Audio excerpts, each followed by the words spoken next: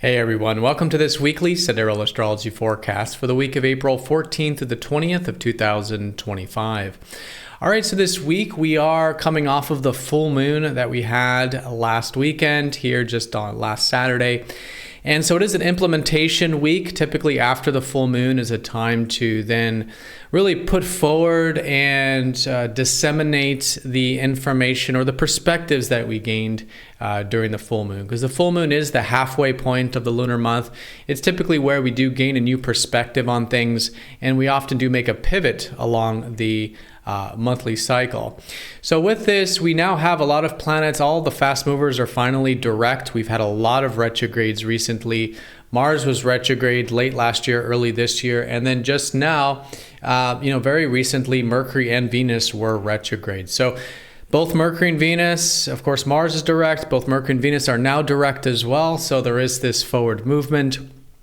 And it's all in this watery energy of Pisces, where we've had really the past months of these experiences around connecting more with our soul, doing things that are more soul fulfilling or good for our mental health and spiritual health. This has really been the theme. And I would say this week is definitely about now implementing that, not only because of this phase of the lunar cycle, but also because the directs after the retrograde suggest implementation as well. So how can we see the value of connecting spiritually to life? How can we perhaps work with mental health, spiritual health on a very practical level?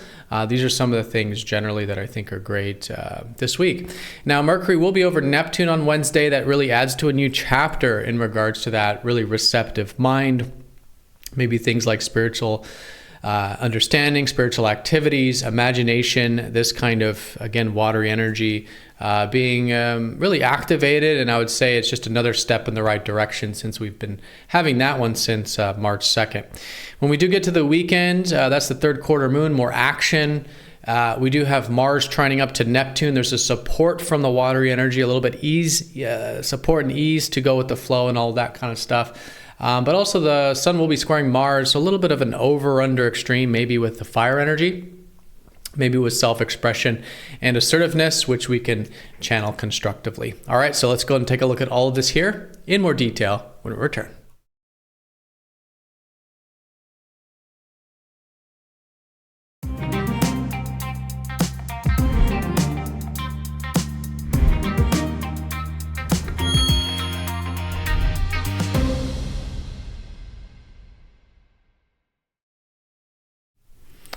Alrighty, so here is the sky for this week. We're going to look at this for each day of the week, starting first with Monday, April 14th.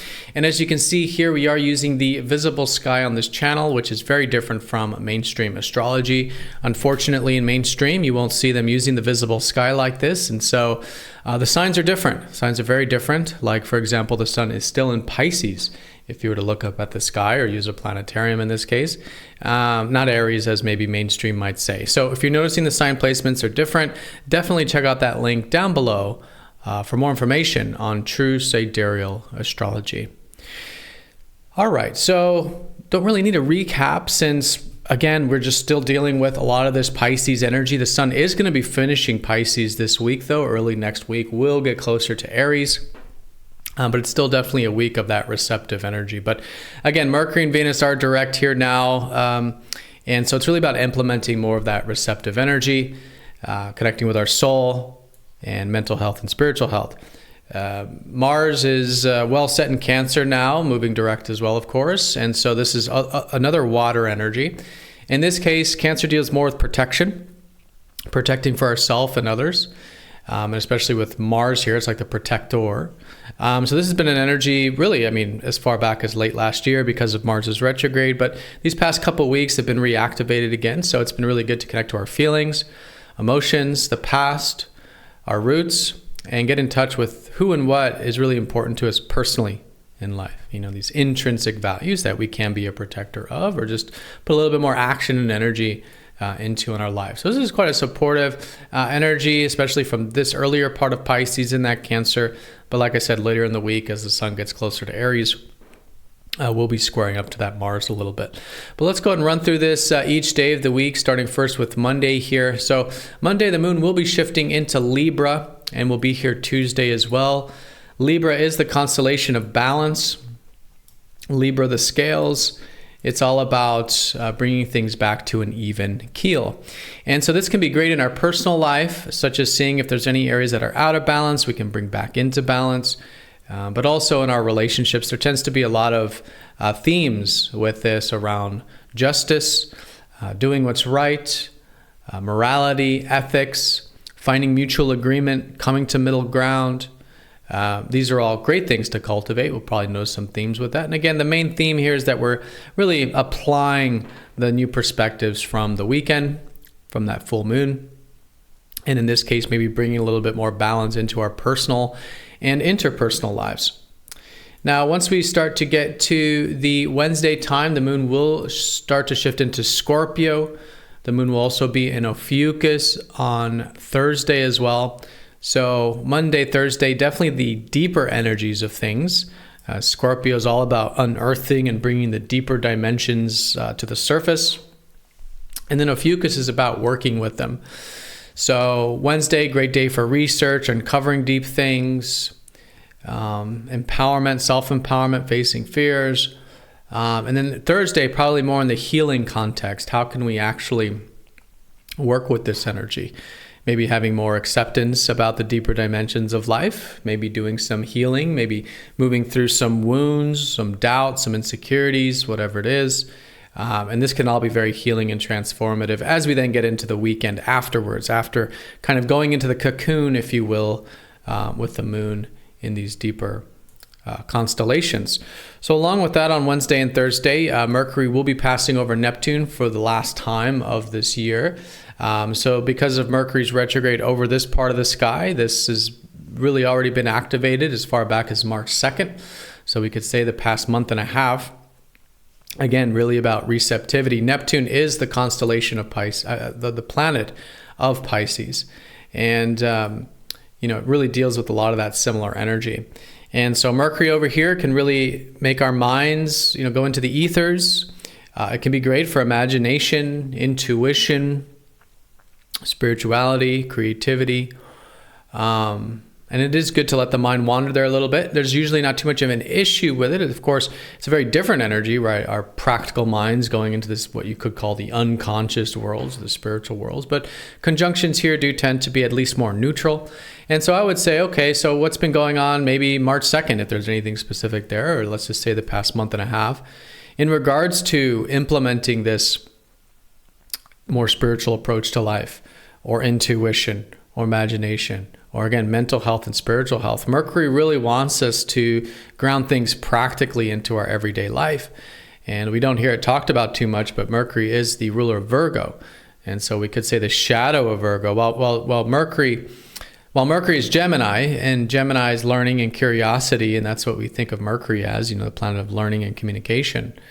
Virgo is like the shadow to Mercury. And so the shadow side to being curious and interested is also improvement and perfection and getting into the details of things. And so working on things, improving things in this realm of this mental health, spiritual health, or intuitive or creative or imaginative is absolutely fantastic. And if you do want to see what maybe started March 2nd with this, and then again maybe shifted March 29th, which was the second retrograde contact, this is the final implementation. So likely something finalizing here in that context from the past month and a half. So we could say that that's perhaps the most important aspect of the week, being that it's the conjunction. But as we then go into that Friday time period, as I said, we will be coming out of that deeper energy of Ophiuchus, the moon passing over the galactic center, which is usually the very transformative part of the lunar month. And that leaves us a weekend here of the post-cocoon, the post-healing, right? The butterfly out of the cocoon, if you will. So a great weekend for expanding our horizons, thinking big, seeing potentials in life, being a bit adventurous and open-minded, and really just accessing that free spirit. Okay, so this is the energy here. But it is a third quarter moon, which means that it's a very different energy from Pisces. So Pisces is, again, kind of more going with the flow, turning more inward, living a little more of that yin or receptive life, whereas Sagittarius is more fire, and this is about, again, more of that spirit. But they're both similar in that they both deal with creating more flexibility. They're both mutable signs. And so how can we incorporate both these to have more flexibility? Pisces flexibility is, yes, connect to our soul, connect to the present moment. We're, of course, much more flexible when we do that.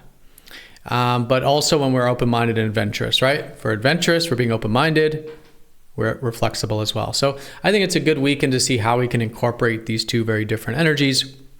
And that could be perhaps a good way to challenge ourselves for the third quarter moon. As the third quarter is, we could say a challenging phase, but it's a much easier challenge than the first quarter because we're already well seasoned in this cycle. I would say we're quite used to the Pisces energy by now. And so whatever it is we could be taking action on over the weekend or challenging ourselves with over the weekend could actually be very constructive. All right, that third quarter will go exact on Sunday, though. That might be the apex of that action energy. But the weekend does have Mars trining Neptune. Very nice to see. Mars is the assertive planet, and Neptune, as we know, the spiritual planet, in good harmony. The trine is supportive, two planets leaning on each other. So we could find that's easy to go with the flow, be a bit receptive. This one's been going on since the 28th of October. Took a step in the right direction on the 12th of January with Mars retrograde.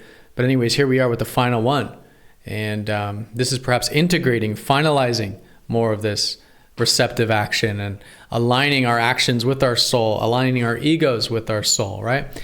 We see a lot of the same pattern through most of these transits with Pisces, with Neptune, but here with Mars, definitely with the assertive, proactive side of ourselves.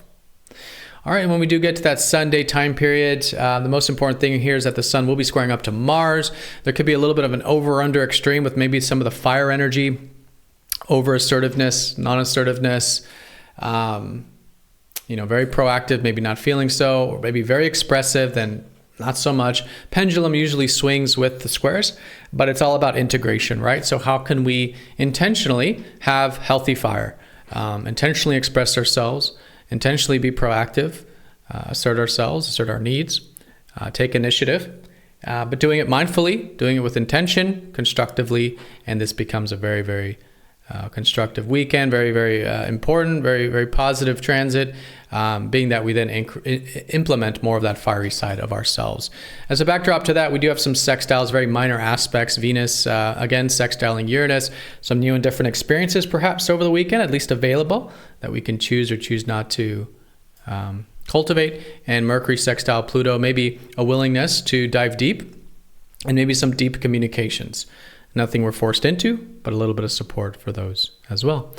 All right, everyone. So that's the week in a nutshell. Most important thing is, we got the planets direct. We're Mercury and Venus. We're now moving forward in Pisces, implementing this receptive, watery energy.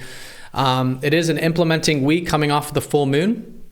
So a little bit of lowering of energy as we're coming off the apex of the heightened energy of the month, but applying now, disseminating, implementing these new perspectives or shifts that we maybe have made over the weekend.